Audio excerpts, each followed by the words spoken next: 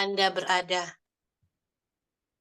Puji Tuhan, kita boleh diberikan kesempatan waktu oleh Tuhan untuk bersama-sama bertemu kembali dalam acara Bible Study yang akan dibawakan oleh Bapak Pendeta Dr. Yonatan Kuntara, dan judul pembahasan pada malam hari ini adalah tanda-tanda kehancuran dunia. Baik, kita akan segera memulaikan kegiatan Bible Study kita. Mari kita terlebih dahulu kita bersatu di dalam doa. Mari kita berdoa.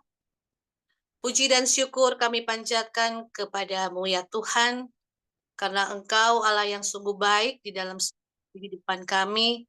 Engkau telah memelihara kehidupan kami, memberkati kami, sehingga pada saat ini, di malam hari ini waktu Indonesia dan pagi hari waktu Amerika, kami telah diberikan kesempatan untuk sama-sama terkumpul dalam wadah Zoom ini untuk mendengarkan pelajaran firman Tuhan yang akan dibawakan oleh Bapak Pendeta Kuntara. Kami membutuhkan Roh Kudus-Mu ya Tuhan untuk hadir di dalam perbaktian kami, terlebih hati kami semua, sehingga setiap pelajaran firman Tuhan yang akan kami terima bisa kami pahami dan kami mengerti, bahkan kami bisa mengaplikasikan itu di dalam kehidupan kami masing-masing. Berkat khusus juga bisa menjadi bagian Bapak Pendeta Jonathan Kuntara, sehingga materi yang akan disampaikan semuanya itu berasal dari Engkau, dan kami semua yang sudah hadir juga Engkau akan berkati, sehingga acara ini bisa menjadi berkat bagi kami untuk menambah iman, kepercayaan kami, kesetiaan kami semakin ditambah-tambahkan, bahkan karakter hidup kami semakin disempurnakan. Karena kami rindu Tuhan, bila mana Engkau datang pada kali yang kedua, kami semua didapati setia, dan kami bisa mewarisi kerajaan surga yang Tuhan telah siapkan bagi kami semua. Memberkati juga setiap device, perangkat yang kami gunakan, baik laptop, handphone, bahkan jaringan signal yang kami gunakan. Tuhan berkati semua, agar semua boleh berjalan dengan lancar, tidak ada halangan atau tantangan yang kami alami sepanjang kami mengikuti ibadah ini. Terima kasih ya Bapa. Kami serahkan acara ini, bahkan kehidupan kami ke dalam tangan kasih Tuhan, dan biarlah kehendak Tuhan yang terjadi, bukan kehendak kami. Doa ini kami persembahkan melalui anak-Mu Yesus Kristus yang adalah Tuhan dan Juru Selamat kami yang hidup. Haleluya. Amin. Amin. Baik Bapak Ibu, kita akan masuk dalam materi yang akan dibawakan oleh Bapak Pendeta Yonatan Kuntara. Dan jangan lupa di akhir sesi pembahasan sebentar ada sesi tanya jawab. Nanti bisa Bapak Ibu bisa bertanya secara langsung, nanti bisa raise hand atau mengetik di dalam kolom chat. Waktu yang indah ini kami serahkan kepada Bapak Pendeta Kuntara. Baik, selamat malam saudara-saudara sekalian di Indonesia. Selamat pagi, saya lihat ada juga yang dari North Carolina, ya. Kita akan belajar bersama-sama satu pelajaran yang banyak ditanyakan orang, ya.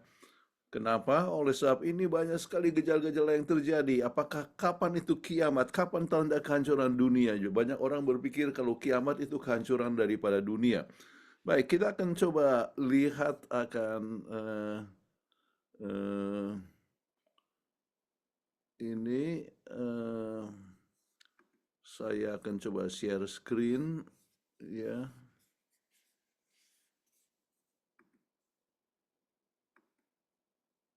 Oke, tanda-tanda kehancuran dunia. Baik, kita dapatkan banyak sekali masalah dunia ini, ya, peperangan, ya, kebakaran atau gempa bumi atau kelaparan atau berbagai macam penyakit, ya, gunung meletus, ya. Banyak masalah dari waktu ke waktu kita dapatkan tentang masalah yang terjadi di dunia ini, dan yang dikhawatirkan adalah perang dunia, ya. Oleh sebab bahkan ini ancaman daripada Donald Trump kepada presiden daripada Ukraina, ya. tidak akan ada memicu kepada perang dunia ketiga. Ya, memang itulah sebabnya mau coba damai lagi, artinya mau berunding untuk ceasefire, ya. Tetapi ini masih tetap terjadi pemboman-pemboman dan sebagainya yang sering menakutkan kepada banyak orang. Nah sekarang, ya, ayat yang kita lihat dalam 2 Petrus 3 ayat 10 kita dapatkan sebagai berikut, silakan. Tetapi hari Robert, Tuhan akan tiba seperti pencuri. Pada hari itu langit akan lenyap dengan gemuruh yang dahsyat dan unsur-unsur dunia akan hangus dalam nyala api dan bumi dan segala yang ada di atasnya akan hilang lenyap. Kita lihat di sini tentang hari Tuhan. Iya, hari Tuhan artinya kedatangan Tuhan, dia datang seperti pencuri. Ya, bisa datang kapan saja, tidak pernah kita duga. Dan apa yang terjadi? Hari itu langit dan lenyap, dikatakan bahwa langit akan lenyap, ya. Ya. Dengan gemuruh yang dahsyat, unsur-unsur dunia akan hancur dalam nyala api dan bumi dan segala yang ada di atasnya akan hilang lenyap. Jadi inilah apa? Kehancuran dunia, ya. Yang digambarkan ya sebagai hari Tuhan, kehancuran dari dunia yang akan terjadi, ya. Nah, sekarang pertanyaannya ya, siapa yang tahu akan masa depan? Ya, maka mau tidak mau kita harus datang kembali kepada apa yang Alkitab katakan, ya. Kembali pada saat Yesus berada di ya, Bukit Zaitun, mereka mulai bertanya apa yang akan terjadi kemudian, ya. Kemudian apa yang Yesus katakan di dalam Matius 24 ayat yang kedua. Kamu melihat semuanya itu, aku berkata kepadamu, sesungguhnya tidak satu batu pun di sini akan dibiarkan terletak di atas batu yang lain. Semuanya akan diruntuhkan. Nah, kita lihat ini Yesus berbicara tentang apa yang akan terjadi dengan kota Yerusalem, di mana itu mereka lihat waktu itu bahwa Ka'bah itu berdiri dengan sangat megah, tetapi dikatakan tidak ada satu batu berada di atas batu yang lain, itu artinya akan dihancurkan. Dan ini merupakan suatu nubuatan yang terjadi tahun 70, ya. Kemudian eh, mereka bertanya lebih lanjut, ya, di dalam ayat yang ketiga, silakan. Katakanlah kepada kami, bila manakah itu akan terjadi, dan apakah tanda kedatanganmu dan tanda kesudahan dunia? Ya, jadi kesudahan dunia, ya, di mana segala unsur-unsur dunia itu akan hancur dan sebagainya, ya, itu kapan akan terjadi? Ini yang menjadi kerinduan daripada murid-murid itu untuk mengetahui, ya. Kemudian dalam Matius 24, Yesus memberikan lebih dari 20 tanda kedatangannya yang menyebabkan hancurnya dunia ini untuk keseluruhan, ya. Dikatakan bahwa tanda-tanda itu ada di dalam bidang keagamaan, ya, kemudian tanda dalam bidang dunia politik, dalam dunia alam, ya, dalam masyarakat dunia, ya, dan juga dalam. Nah, sekarang kita mau coba lihat dalam dunia keagamaan apa yang terjadi, ya. Mesias palsu dan nabi palsu akan datang, ya. Apa yang dikatakan dalam Matius 24 ayat 24? Sebab Mesias-Mesias palsu dan nabi-nabi palsu akan muncul, dan mereka akan mengadakan tanda-tanda yang dahsyat dan mujizat-mujizat. Oke, jadi akan ada muncul Mesias palsu dan nabi palsu, ya. Dan mengapa banyak orang yang mengikut kepada mereka yang memberikan yang menjadi Mesias-Mesias palsu ini, ya? Ini menimbulkan berbagai macam pertanyaan kepada banyak orang, oke? Apakah itu betul terjadi? Ya, saya teringat ya tahun 1978 kami berada di California. Pendeta di California mengaku dirinya sebagai Mesias. Kemudian apa yang terjadi? Dia membawa 900, sebetulnya sekitar 1.000 orang yang dibawa ke Guyana, Amerika Serikat, dan membunuh diri semuanya. Ya, kami ada di California waktu itu, yang cukup menghebohkan sekali. Ya, kemudian Jim Jones, ya, eh, apa yang telah terjadi, ya, itu juga. Dialah yang membawakan orang-orang itu untuk sama-sama mati dengan secara massal, ya. Kemudian banyak orang yang dengar tentang David Koresh, ya, tragedi di Waco, Texas. Saya berapa kali pergi ke tempat ini ya untuk melihat kuburan-kuburan, kasihan sekali kuburan, ada anak-anak kecil apa semuanya yang mati akibat terjadi eh, kita sebutlah itu aksi bunuh diri, tetapi disebutkan juga bahwa itu adalah banyak dari FBI yang telah mengadakan penembakan di situ dan sebagainya ya. Sebab apa yang terjadi, David Koresh mengaku bahwa dia itu Mesias, dan saya ingat waktu membaca Alkitab bahwa saya lebih terkenal daripada Yesus Kristus. Oke. Baik. Jadi itu baru saja terjadi tahun 1993 ya. Oke, kemudian 86 orang bunuh diri secara massal dengan David Koresh. Oke. Nah, ada juga di Hafia Israel mengaku dirinya Mesias. Aku berada di sini untuk membebaskan Israel. Ya. Oke, yang bernama Kiryat Hozkim. Oke, alright. Kemudian satu waktu saya berada di Taichung, ya di Korea Selatan. Kemudian ada seorang yang bagi-bagi traktat, ya undangan. Jadi saya lihat wah wajahnya itu wajah yang ganteng sekali. Jadi saya tanya kepada teman saya, namanya Hong Myung Hee. Saya tanya, ini siapa? Dia baca terus dia ketawa. Dia mengaku dia Mesias. Oh ya? Masa? Oh, di sini banyak sekali orang yang mengaku Mesias. Ya.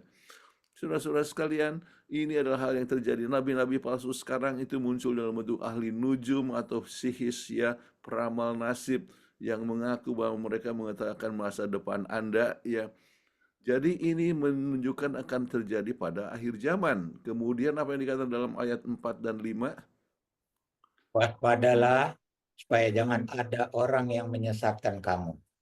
Sebab banyak orang akan datang dengan memakai namaku dan berkata, akulah Mesias, dan mereka akan menyesatkan banyak orang. Jadi banyak yang mengaku Mesias, ya, berpura-pura sebagai Kristus, ya, banyak nabi palsu akan muncul dan menyesatkan banyak orang, ya. Sekarang kita coba lihat dalam dunia politik apa yang terjadi, peperangan. Oke, silakan baca. Kamu akan mendengar deru perang atau kabar tentang perang. Oke, kita akan dengar kabar tentang perang. Apa kita dengar? Oh, kita dengar setiap hari. Oke. Oke, Yesus meramalkan sebelum akhir zaman akan ada konflik internasional dalam skala global. Dulu juga banyak perang, tetapi kalau sekarang perang itu melibatkan lebih banyak negara. Oke, coba lihat, bangsa dan bangsa melawan bangsa, kerajaan melawan kerajaan, ya, peperangan yang terjadi di mana-mana. Pada abad 20 ada 180 juta yang mati akibat perang saja, ya. Perang Vietnam, perang dunia kedua ini adalah sesudah perang dunia, ya. Perang Korea, konflik Indochina, perang Iran, Irak, konflik Timur Tengah, perang suku di Afrika, ya. Perang Kongo kedua, perang terorisme, konflik Darfur, konflik Israel, konflik Rusia, ya. Ini betul-betul menyebabkan ketakutan kepada banyak orang. Apalagi kemudian kita tahu perang melawan terorisme yang terjadi dengan World Trade Center, ya. Kemudian kalau adakan perjanjian, itu perjanjian yang serba rapuh, ya. Kita coba lihat dalam 1 Tesalonika. Apabila mereka mengatakan semuanya damai dan aman, maka tiba-tiba mereka ditimpa oleh kebinasaan. Mereka pasti tidak akan luput. Ya, jadi ada damai-damai, ya, tetapi hanya sementara saja damai, ya. Tetapi dikatakan bahwa akan ada, ya, kembali perang lagi. Saya teringat waktu saya berada di di Czech, ya, Czech. Kemudian saya katakan, oh, saya sedang sekarang suasana di sini damai. Kemudian saya punya teman, ya, katakan Karl, ya, Vladimir Karl katakan, ya, oh, ini sebentar aja, ya, nanti perang lagi. Oh, betul juga, berapa minggu kemudian perang di Serbia, ya. Perangan itu sering menjadi suatu masalah. Waktu saya berada di rapat di St. Alban di Inggris, ya, bersama dengan orang-orang datang dari Trans-European Division, terus saya katakan kepada orang yang dari Lebanon, ya, kita bisa rencanakan kunjungan ke Lebanon. Oke, jadi sudah ditentukan tanggalnya, ya, tanggal sekian kita akan pergi ke Lebanon. Kemudian apa yang terjadi? Pada waktu itu terjadi kembali peperangan. Jadi itu segala macam usaha untuk mendamaikan mengalami berbagai macam kegagalan. Sehingga seorang diplomat PBB mengatakan kita telah berusaha keras tapi kita gagal secara menyedihkan. Jadi berbagai macam perdamaian jabat tangan tapi bersifat sementara. Apakah yang dibuat oleh Sadat, Carter dan Begin, ya, kemudian Robin Clinton dan Arafat, ya, kemudian itu mulai dari sebetulnya perjanjian Versailles, ya, bersifat sementara. Gedung PBB seperti tidak berfungsi untuk menyelesaikan masalah, ya. Sekarang potensi untuk kehancuran dunia, ya, apa yang dikatakan dalam buku Wahyu 11 ayat 18. Dan semua bangsa telah marah, tetapi amarahmu telah datang, dan saat bagi orang mati untuk dihakimi dan untuk memberi upah kepada hamba-hambamu, nabi-nabi dan orang-orang kudus. Kemudian, Dan kepada mereka yang takut akan namamu, pada orang-orang kecil dan orang-orang besar, dan untuk membinasakan barang siapa yang membinasakan bumi. membinasakan barang siapa yang membinasakan bumi. Jadi bagaimana bumi ini binasakan? Oke. Jadi ancaman nuklir adalah satu hal yang menakutkan dan inilah yang ditakutkan, ya. Sebab, ya, kalau ini terjadi bahwa itu kehancuran dunia, ya, negara yang memiliki senjata nuklir, ya, Amerika Serikat, Rusia, Inggris, Prancis, Cina yang diketahui atau dipercaya memiliki, India, Israel, Pakistan, Iran, Korea Utara, ya. Jadi kalau itu digunakan, ya, maka itu bisa memberikan sesuatu akibat yang sangat buruk. Seorang jurnalis waktu melihat kehancuran daripada Hiroshima dengan saya berdiri tempat di mana akhir dari dunia akan dimulai, ya. Kenapa? Oleh sebab hanya dengan satu bom, ya, yang 1 megaton itu maka kemudian telah menghancurkan akan Hiroshima, ya. Dengan bom termonuklir kita bisa membuat bumi menjadi api yang unggun, ya. Kita bisa mengosongkan kota-kota dan mengikis kerak dan planet bumi dan menghancurkan pemukiman menjadi bola dunia abu yang berputar. Oke. Baik, misalnya di Hiroshima saja, hanya dengan pada saat itu dijatuhkan, ya, tahun 1945, 240 orang hidup di daerah tersebut. 100.000 meninggal seketika itu juga, ya. 100.000 lagi menderita cedera, ya. Kemudian yang lainnya meninggal dunia kemudian. Oke. Baik. Jadi ini menakutkan sekali dan sekarang bom itu coba lihat jumlah negara-negara yang mempunyai bom nuklir, ya, begitu banyak, ya. Amerika ada 11.081, ya, tetapi Rusia lebih banyak lagi, ya. Ini masih USSR, ya, Uni Soviet pada waktu itu 27.000. Tetapi masalahnya banyak yang hilang sekarang. Jadi ada kemungkinan, ya, kalau itu dipegang oleh orang yang tidak bertanggung jawab memberikan kehancuran dunia, ya. Jadi kembali, apa akibatnya? Lukas 21 ayat 20. Orang akan mati ketakutan karena kecemasan berhubungan dengan segala apa yang menimpa bumi ini. Jadi orang takut. Sekarang dalam sebuah seminar yang lain saya memberikan pembahasan bahwa sekarang ini orang hidup dalam ketakutan. Paling sedikit 20,3% daripada penduduk dunia ini dalam keadaan takut. Oke. Tetapi kita coba lihat tanda-tanda dalam dunia alam, kelaparan, ya. Akan ada kelaparan dan gempa bumi di berbagai macam tempat, ya. Dan kita dapatkan kelaparan di mana-mana, oke?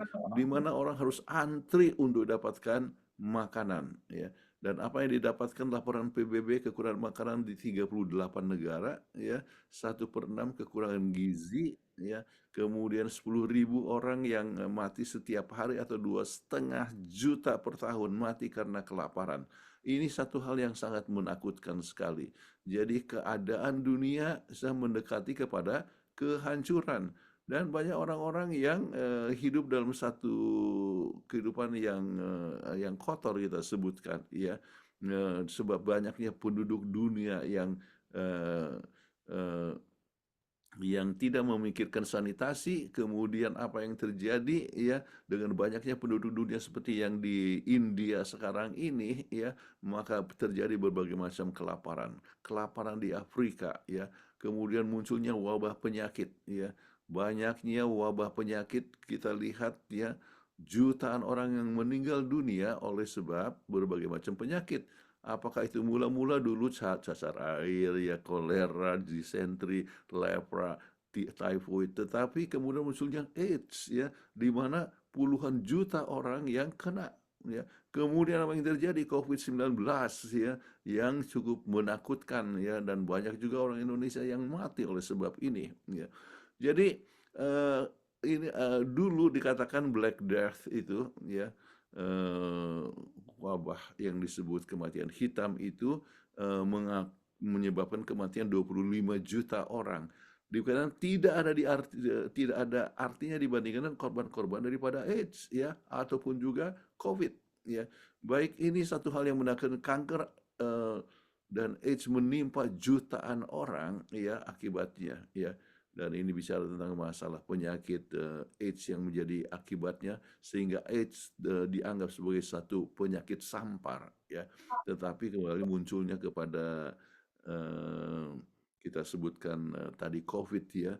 Jadi kemudian banyak serangga-serangga itu menjadi pembawa penyakit ya kepada hidup manusia. Sekarang gempa bumi kita lihat bagaimana akan ada kelaparan dan gempa bumi di berbagai macam tempat. Gempa bumi akan bertambah terus ya. Dan kita apa yang terjadi ya, ada 35 gempa bumi setiap hari sekarang ini, dan 12.000 ya atau 14.000 per tahun ya. Inilah yang terjadi ya. Dan 3.000 gempa bumi yang besar ya, dan menyebabkan orang merasa ketakutan, dan ini terjadi kepada banyak yang menderita juga di Indonesia tempo hari. Jadi gejolak dalam alam ini ya menyebabkan ketakutan kepada banyak orang. Ini ada statistik tentang apa yang terjadi ya dengan berbagai macam gempa bumi. Tetapi itu banyak mengakibatkan tsunami. Misalnya di Indonesia ikut menderita 26 Desember 2004 ya, dikatakan dengan magnitude yang 9,1 ya, lebih dari 230.000 yang terbunuh ya sesaat. Luar biasa sekali ya. Ini sangat menakutkan sekali, di mana orang menonton tiba-tiba apa yang terjadi ya, itu mereka terhapus semua ya. Baik. Dan apa yang dikatakan dalam Lukas 21 ayat 25? Bangsa-bangsa akan takut menghadapi deru dan gelora laut. Nah, dulu kita pikirkan apa maksudnya deru dan gelora laut. Tetapi sekarang kita bisa tahu bahwa itu adalah tsunami. Gelora laut ya. Jadi orang ketakutan ya. Saya ingat satu waktu saya berada di kota Kinabalu ya. Kemudian dikatakan minggu yang lalu ada gempa bumi, dan kami tak ketakutan, kami pergi ke tempat yang lebih tinggi. Kenapa ya? Sebab takut tsunami. Ya, takut tsunami ya. Jadi setiap ada gempa bumi langsung ketakutan. Begitu juga pernah terjadi saya di Manado ya. Baru saja terjadi gempa bumi, kemudian kami pergi ke tempat yang lebih tinggi, takut ya ada tsunami ya. Jadi apa yang dikatakan oleh Alkitab adalah benar terjadi ya. Bangsa-bangsa akan takut menghadapi deru dan gelora laut. Jadi setiap ada gempa bumi langsung katakan ada potensi tsunami atau tidak. Ini menimbulkan orang ketakutan. Baik, kerusakan luar biasa ini kita ambil di Nias tempoh hari ya. Oke. Di Jepang, oke. Kemudian kita coba lihat dalam Matius 24 ayat 29. Segera sesudah siksaan pada masa itu, matahari akan menjadi gelap dan bulan tidak bercahaya. Ya, apakah ini pernah terjadi ya? Bintang-bintang akan berjatuhan ya, dan kuasa-kuasa langit akan goncang. Ternyata ini adalah satu hal yang pernah terjadi pada saat mulai banyak pekabaran Injil kemana-mana. Bintang-bintang berjatuhan dari langit pada tanggal 13 November 1833. Matahari menjadi gelap pada tanggal 19 Mei 1780 ya. Jadi ini ditulis dalam Webster Dictionary yang masih ada sampai sekarang. Tanggal 19 Mei 1780, matahari terbit seperti biasa, namun pada tengah hari mulai gelap, ternak-ternak pulang. Kemudian dan ayam-ayam pun jantan berkokok, ya. Para petani pulang dari ladang dan lampu-lampu harus dinyalakan, ya. Dikatakan, ini bukan kiamat, biarlah Tuhan mencari saya di tempat kerja, saya biarkan lilin menyala. Ini menurut Connecticut Legislature di United States, ya. Malam itu bulan, ya, tampak merah seperti darah, ya. Itu terjadi gempa, artinya bintang-bintang berjatuhan, ya. Dan orang-orang mengatakan mereka tidak kesulitan membaca koran sepanjang malam tanpa nyala api. Kenapa? Oleh sebab, ya, banyaknya bintang-bintang berjatuhan. Dan dikatakan sekitar 200.000 meteor yang jatuh pada waktu itu, ya. Jadi ini digambarkan oleh Alkitab yang merupakan satu gejala daripada akhir zaman, oke. Sampai kepada apa yang dikatakan oleh Presiden Lincoln, tidak, ini bukan kiamat, konstelasi bintang besar masih ada di sana. Baik, sekarang kita coba lihat tanda-tanda dalam masyarakat dunia, oke. Menurunnya moral, ya, silakan. Bab sebagaimana halnya pada zaman Nuh, demikian pula halnya kelak pada kedatangan Anak Manusia. Oke, jadi keadaan manusia, ya, sebelum kehancuran dunia atau kiamat itu seperti waktu zaman Nuh. Kita ingat bahwa waktu zaman Nuh bagaimana manusia itu dimusnahkan. Semuanya mati, hanya 8 orang yang hidup. Oke. Maka keadaan manusianya itu seperti pada waktu itu. Dan bagaimana keadaan orang itu? Silakan. Sebab sebagaimana mereka pada zaman sebelum air bah itu makan dan minum, Mereka makan dan minum, terus kawin dan mengawinkan sampai kepada hari Nuh masuk ke dalam bahtera. ya, jadi seperti biasa saja, makan, minum, kawin dan mengawinkan, ya. Mereka banyak pesta pora dan sebagainya, dipikir semuanya serba beres, ya. Tetapi ternyata bahwa itu adalah akhir daripada kehancuran dunia. Itulah akhir daripada adanya dunia pada waktu itu, di mana semua dimusnahkan. Jadi waktu ini Nuh berkhotbah, orang-orang hanya ketawa saja. Begitu juga dengan sekarang, kita memberikan khotbah ini, ya, banyak orang yang justru tertawa. Baik, apa yang terjadi, ya, mengenai masalah-masalah sekarang ini, banyak sekali masalah kehancuran rumah tangga, ya. Begitu banyak sekali peningkatan daripada anak-anak, misalnya yang lahir daripada keluarga yang tidak menikah, ya. Kemudian 50 sampai 75% dari semua pernikahan berakhir dengan perceraian, ya. Itulah yang telah terjadi. Paulus berkata, ya, silakan. Sebab istri-istri mereka menggantikan persetubuhan yang wajar dengan yang tak wajar. Demikian juga suami-suami meninggalkan persetubuhan yang wajar dengan istri mereka.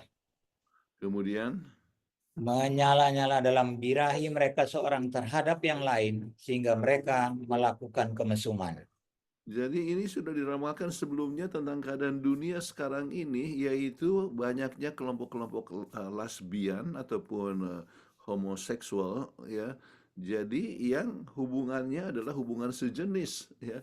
Dan satu hal yang menarik bahwa perkawinan sejenis diresmikan oleh, ya, oleh Mahkamah Agung Amerika Serikat, ya. Sehingga apa yang dikatakan oleh Billy Graham, jika hal-hal sedemikian dibolehkan untuk waktu yang lebih lama, Tuhan sudah pasti minta maaf kepada Sodom dan Gomora. Sebab Sodom dan Gomora itu mengenai masalah sodomik, itu homoseksual, ya. Itulah permasalahannya. Jadi kalau sampai Sodom dan Gomora itu dihancurkan, ya, dibakar habis oleh sebab kejahatan mereka, maka Tuhan harus minta maaf kepada mereka, dikatakan sebab keadaan sekarang ini adalah seperti waktu zaman Sodom dan Gomora, ya. Meningkatnya kriminal dan kekerasan, ya. Ketika dilihat Tuhan bahwa kejahatan manusia besar di bumi, inilah yang menyebabkan kehancuran dunia, ya, dengan air bah, ya. Ya, waktu zaman Nuh, ya. Dan bahwa segala kecenderungan hatinya selalu membuahkan kejahatan semata-mata. Itulah yang telah terjadi, ya. Kemudian apapun bumi ini telah dirusak di hadapan Allah dengan penuh kekerasan, ya. Apa yang terjadi, ya, dengan ini adalah statistik yang lama, ya, tetapi sekarang sering lebih jelek lagi. Setiap tahun lebih dari 1,6 juta orang di seluruh dunia kehilangan nyawa karena kekerasan. banyak yang menderita luka-luka dan berbagai fisik, seksual, reproduksi, dan masalah-masalah kesehatan mental. Ya, kekerasan adalah satu penyebab utama daripada kematian mereka yang berusia 15 sampai 44 tahun di seluruh dunia. Menjadi penyebab sekitar 14% dari kematian di antara laki-laki dan 7% kematian di kalangan perempuan. Ini banyak terjadi di dunia, makanya kita sampai ada peraturan KDRT, ya, kekerasan dalam rumah tangga. Anda lihat ini, ya, sangat manis sekali kan, ya, umur 6 tahun, ya, dari Michigan. Dia dibunuh, ya, oleh teman sekelasnya sendiri, ya, juga umur 6 tahun. Bagaimana anak 6 tahun, ya, bawa senjata dari dia punya paman, kemudian tembak dia punya teman, ya. Jadi akibatnya boleh dibaca lagi. Orang akan mati ketakutan karena kecemasan berhubungan dengan segala apa yang menimpa bumi ini. Oke, jadi itu menyebabkan orang takut, ya, seperti pada zaman Nuh, ya, sebab kuasa-kuasa langit akan goncang dikatakan, dan akan terjadi gempa bumi, kita sudah sebutkan, ya, berbagai penyakit sampar dan kelaparan, ya, akan terjadi juga hal-hal yang mengejutkan, tanda-tanda yang sangat dahsyat di langit. Kemudian ketidakpastian ekonomi, ya. Silakan. Jadi sekarang hai kamu orang-orang kaya, menangislah dan merataplah atas sengsara yang akan menimpa kamu. Kekayaanmu sudah busuk dan pakaianmu telah dimakan ngengat.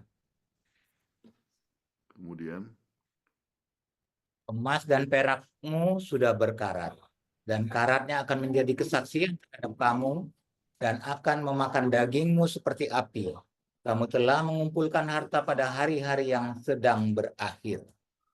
jadi masalah orang-orang kaya yang mengumpulkan harta di masa yang terakhir, ya. Terus dikatakan, Dalam kemewahan kamu telah hidup dan berfoya-foya di bumi. Kamu telah memuaskan hatimu sama seperti pada hari penyembilan.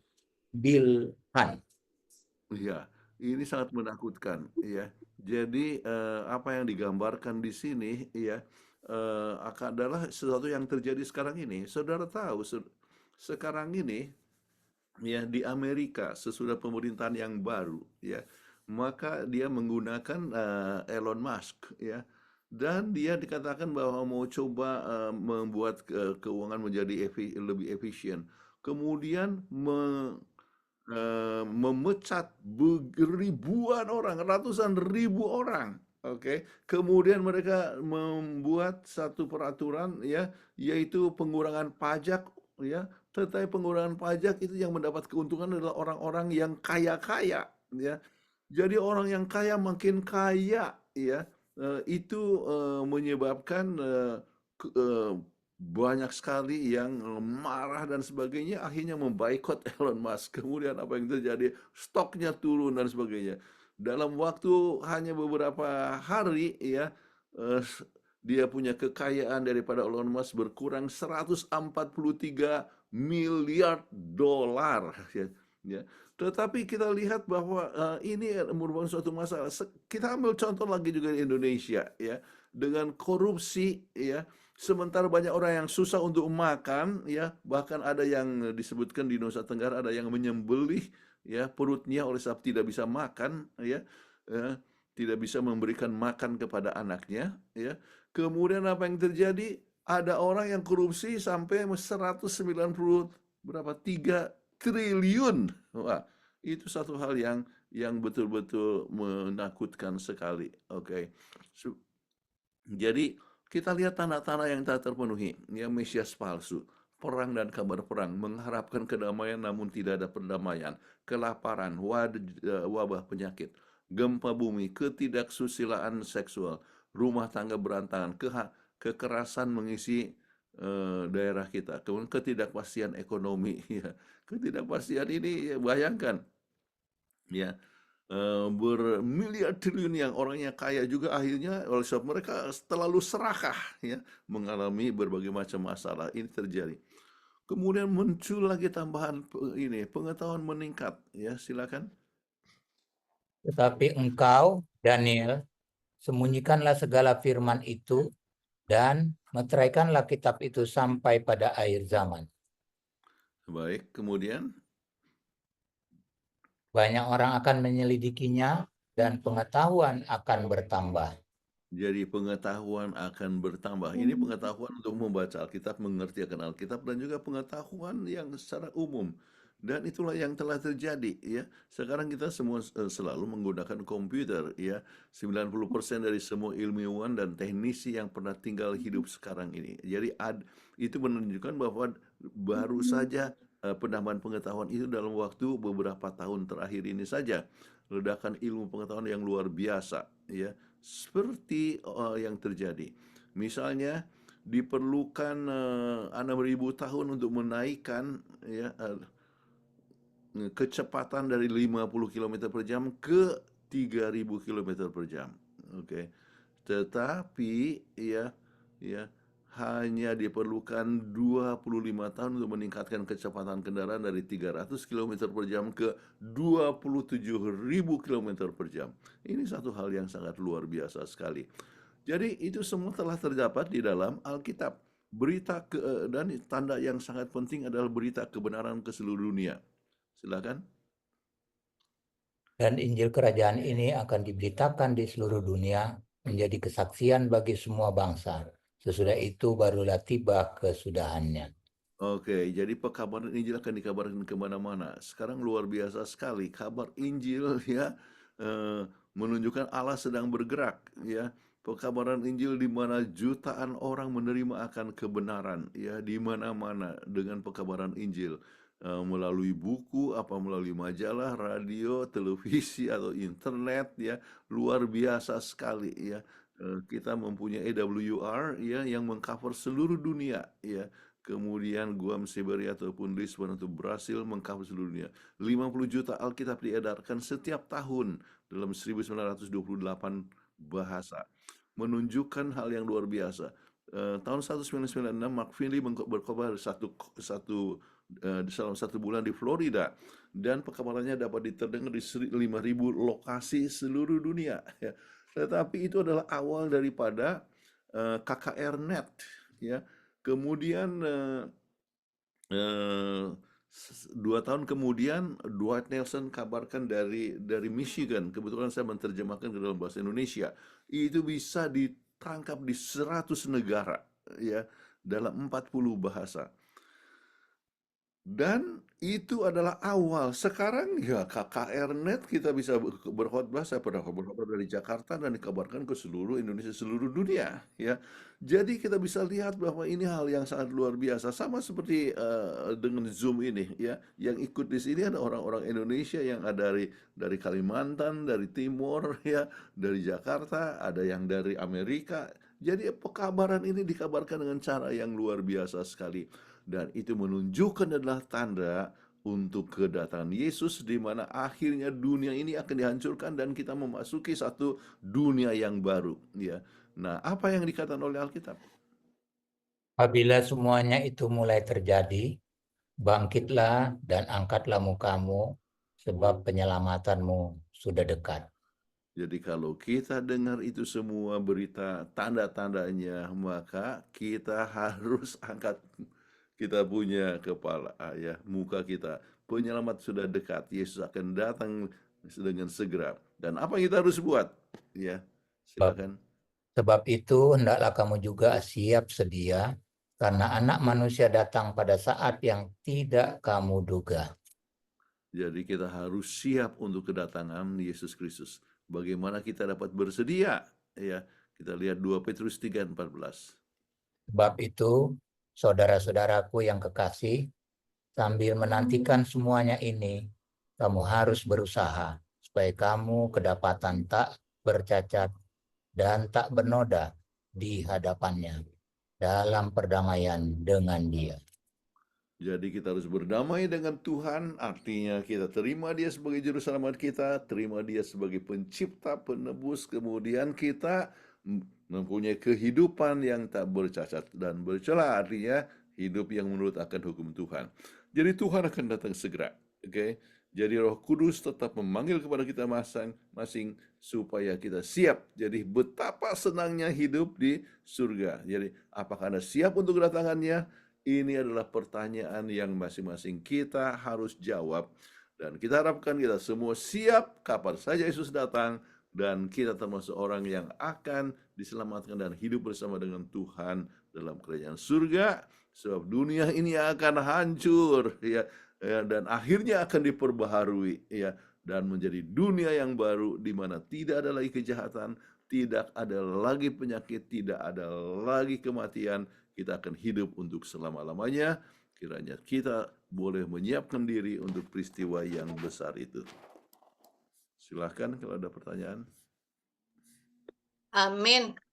Puji Tuhan untuk materi yang sudah dibawakan oleh Bapak Pendeta yang sungguh baik, yang patut kita harus tahu ya, bahwa dunia ini mengarah bukan kepada kebaikan lebih baik, tetapi menuju kepada kehancuran. Tetapi pengharapan bagi kita bahwa ketika kita bersedia dari sekarang, kita bertobat, kita menerima Yesus sebagai juru selamat pribadi kita masing-masing, dan biarlah kehidupan kita untuk semakin berkenan di hadapan Tuhan, maka kehidupan kekal menjadi bagian kita semua. Terima kasih Bapak Pendeta untuk materi yang sudah disampaikan. Dan saat ini kita tiba pada ruang tanya jawab. Kami memberikan kesempatan kepada Bapak Ibu yang ingin bertanya, baik secara langsung bisa klik raise hand, ataupun bertanya secara mengetik di kolom chat, kami persilakan. Di sini saya melihat sudah ada pertanyaan yang masuk dari Bapak Yorisem, Pak Pendeta. Pertanyaannya ada 3. Yang pertama, menurut Alkitab, apa saja tanda-tanda kehancuran dunia atau akhir zaman? Kedua, seperti apakah tanda-tanda atau fenomena kehancuran atau akhir zaman?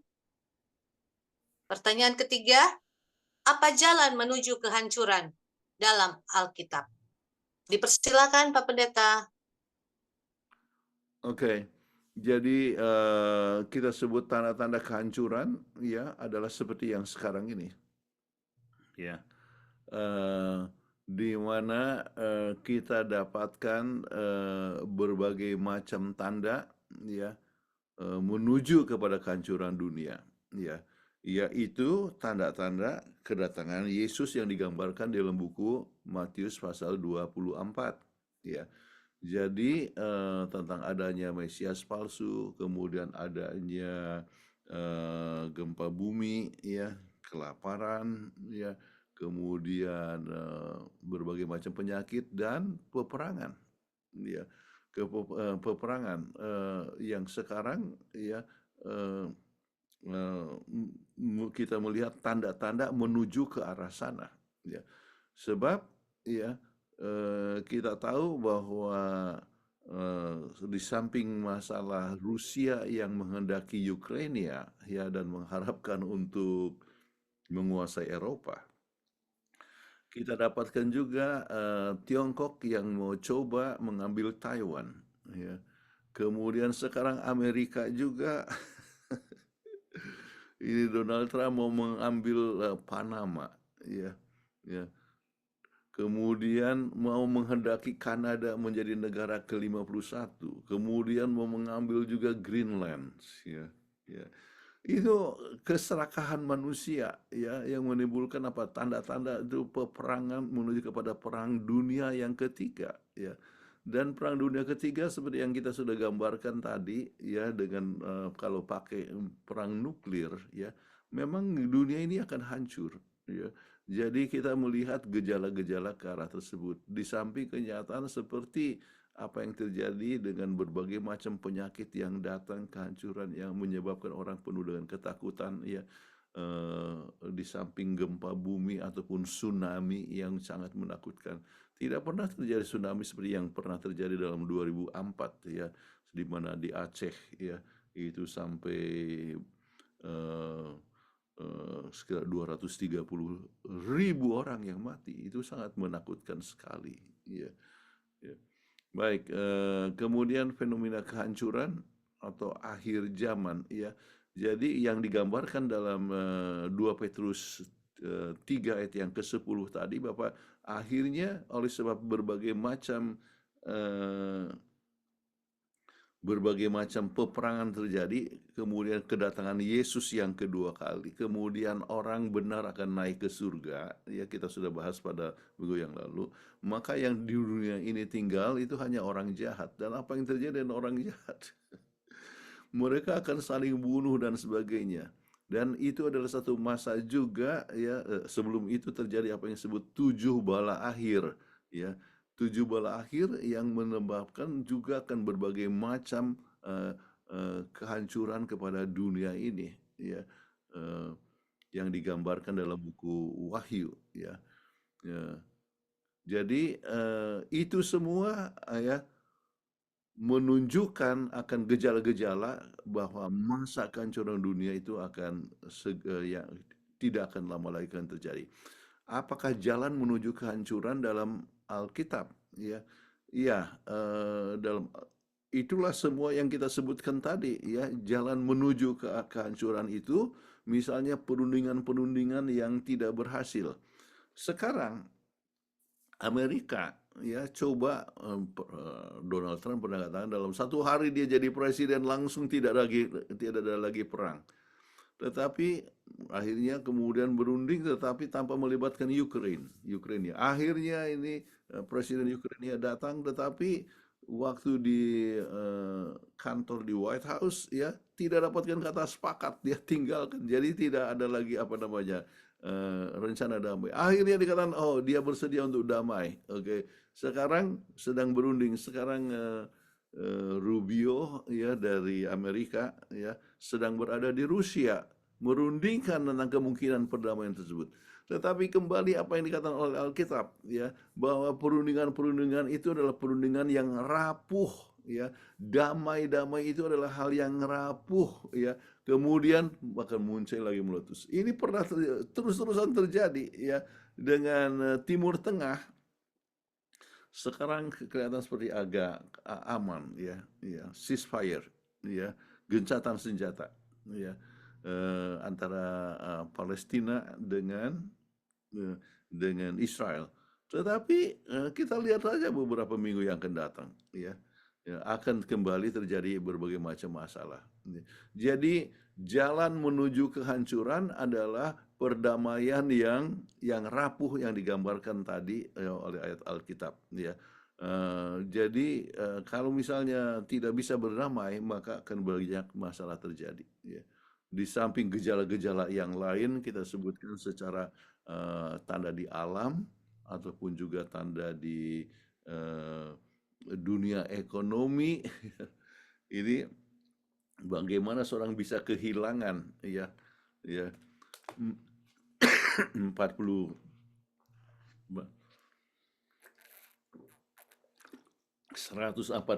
miliar US dollar dalam waktu beberapa minggu ya. Luar biasa, itu semua gejala menuju kehancuran ekonomi. Oke.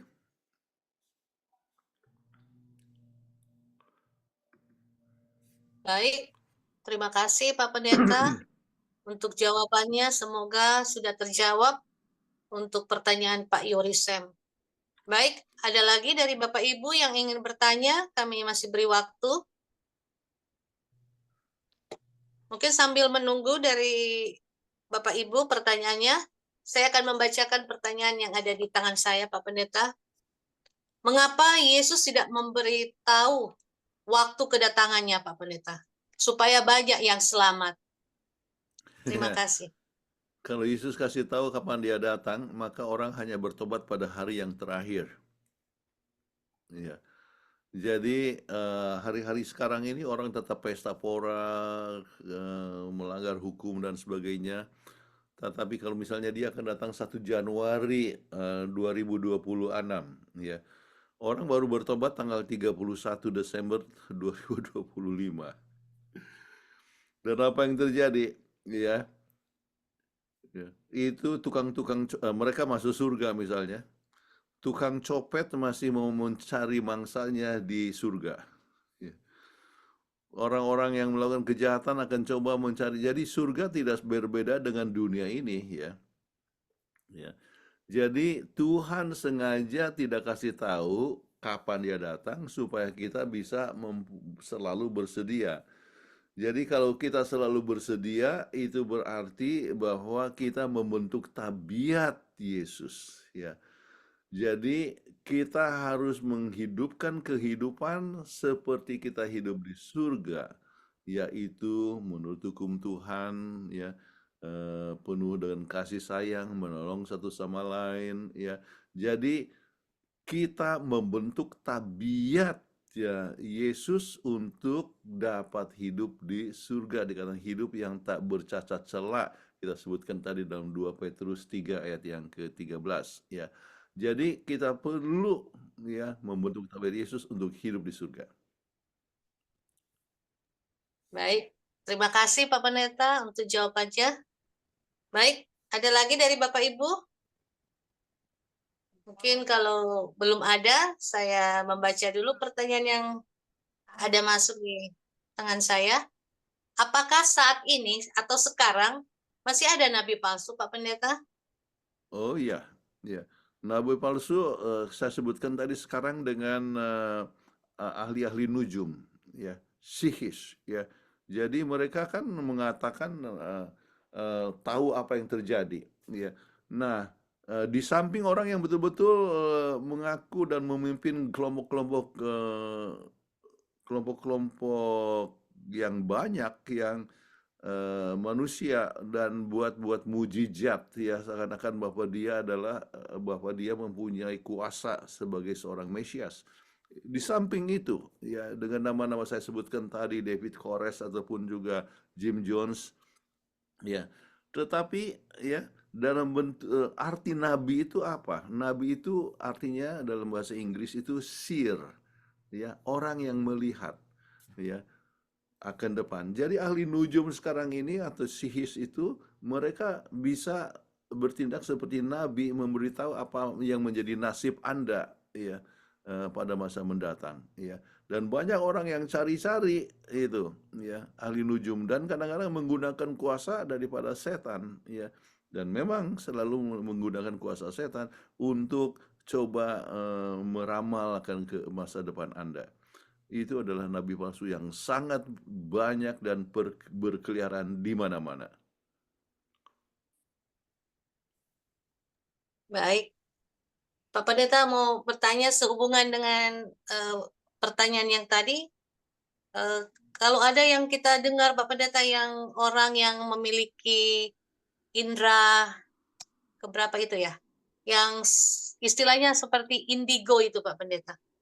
Itu apa indigo itu bisa tahu apa yang akan terjadi di kemudian itu dapat dikatakan seperti nabi palsu kah Pak Pendeta? Eh, kita harus berhati-hati ya untuk langsung katakan itu nabi palsu. Ya. Kenapa? Ya. Oleh sebab ada juga orang yang mempunyai karunia ya untuk mengetahui masa depan ya. Dan dia disebut nabi. Yang sangat penting adalah kita harus menguji orang itu. Dan apa ujian nabi? Ya, di dalam buku Yesaya 8 ayat 20 ajarannya akan sesuai dengan ya dengan tulisan-tulisan dengan kesaksian, maksudnya adalah yang dituliskan oleh nabi sebelumnya ya, harus sesuai dengan hukum Allah ya. Terjemahan dulu itu sesuai dengan Taurat dan Asyahadat ya. Ya, itu adalah bicara sesuai dengan hukum Allah ataupun pengakuan daripada para nabi ya. Jadi kalau bertentangan dengan tulisan-tulisan sebelumnya, maka dia bukan nabi. Itu satu. Yang kedua, Matius 7 ayat 20. Dari buah-buahnya kita dapat mengenali dia. Ya. Jadi buah kehidupan bagaimana? Ada orang yang katakan dia nabi, ya, namanya Joseph Smith, ya. Tapi dia mengajarkan dan dia sendiri mempunyai banyak sekali istri, ya, dan mempunyai banyak sekali ya anaknya, ya. Jadi hidupnya yang sama seperti David Koresh ya. Ada 17 dia punya istri. Ya. Jadi kehidupannya yang tidak bermoral ya. Itu tidak bisa disebut apa?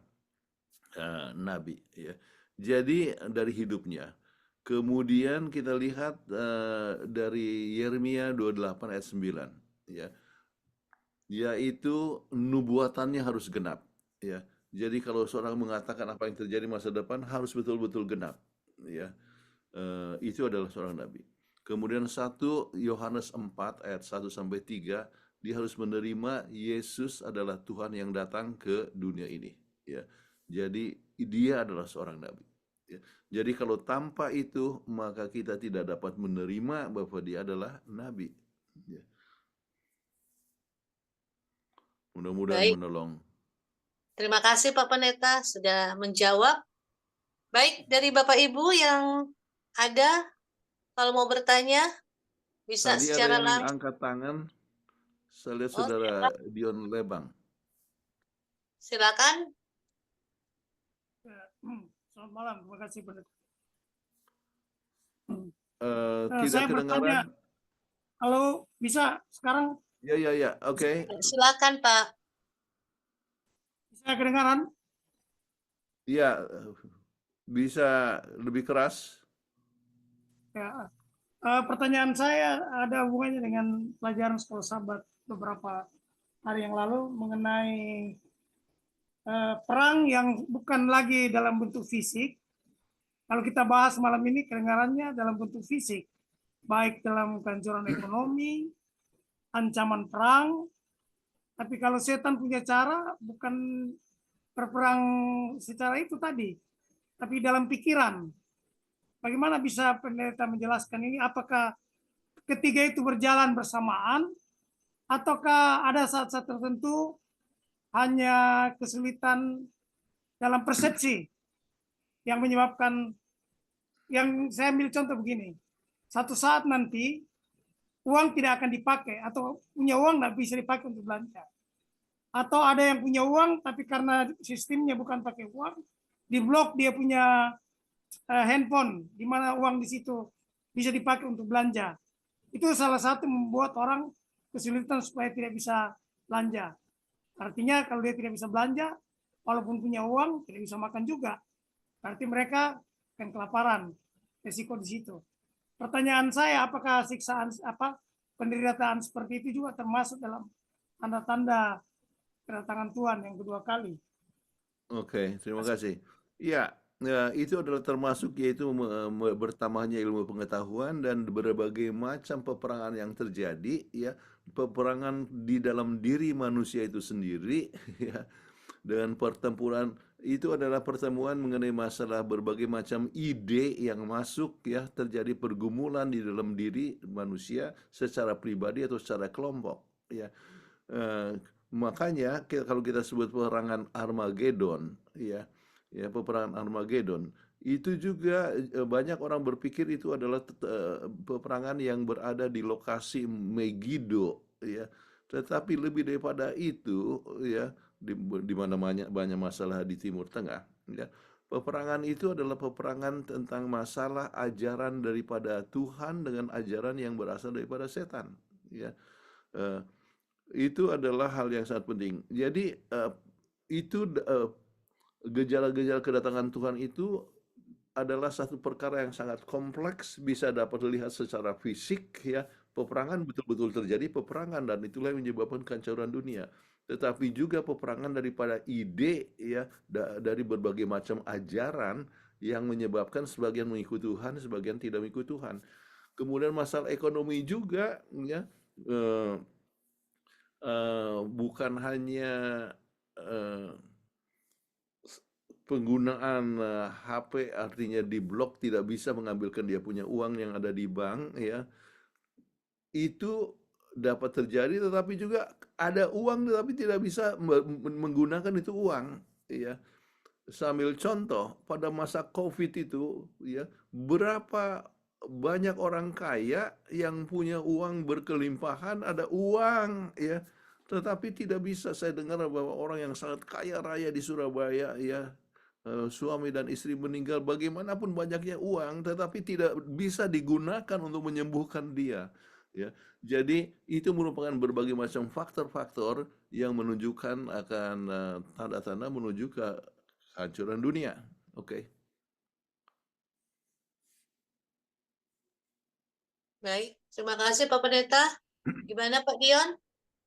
Semoga sudah terjawab ya. Ya, terima kasih. Baik, Bapak Ibu, mungkin dari kita masih ada yang mau bertanya, tapi karena kita dibatasi oleh waktu dan saya lihat juga di kolom chat tidak ada pertanyaan, mungkin Pak Pendeta bisa memberikan closing statement dan sekaligus doa tutup bagi kita semua untuk pelajaran Ya. sudah dibawakan. Baik, terima kasih untuk semua perhatian yang diberikan bahwa mata dunia tertuju kepada apa yang akan terjadi dalam waktu dekat. Oke. Kapan kiamat itu terjadi? Ternyata Tuhan dalam kasih-Nya Dia telah memberikan berbagai macam gejala, ya, tanda-tanda kapan dia akan datang. Dan kita tidak tahu kapan Yesus datang, tetapi kita tahu dari tandanya bahwa Dia akan datang, ya. Makanya kita harus selalu sedia, ya. Dan bagaimana kita bersedia, yaitu dengan hidup menurut akan kehendak Tuhan, ya. Dan kiranya inilah yang boleh menjadi satu pengalaman kita masing-masing. Baik, kita sama-sama berdoa. Bapa dalam surga, kami datang kepada Tuhan, berterima kasih oleh sebab Tuhan dalam kasih-Mu telah memberikan kepada kami tanda-tanda kapan Engkau akan datang. Bila masing-masing kami adalah orang-orang yang setia kepada Tuhan, boleh tetap dekat dengan Tuhan dan menurut kehendak Tuhan, sehingga kami boleh selalu siap kapan saja Tuhan memanggil kami atau kapan saja Yesus datang. Dengan demikian kami akan dapat menikmati persekutuan dengan Tuhan dengan sukacita di dunia ini dan juga di dunia yang akan datang.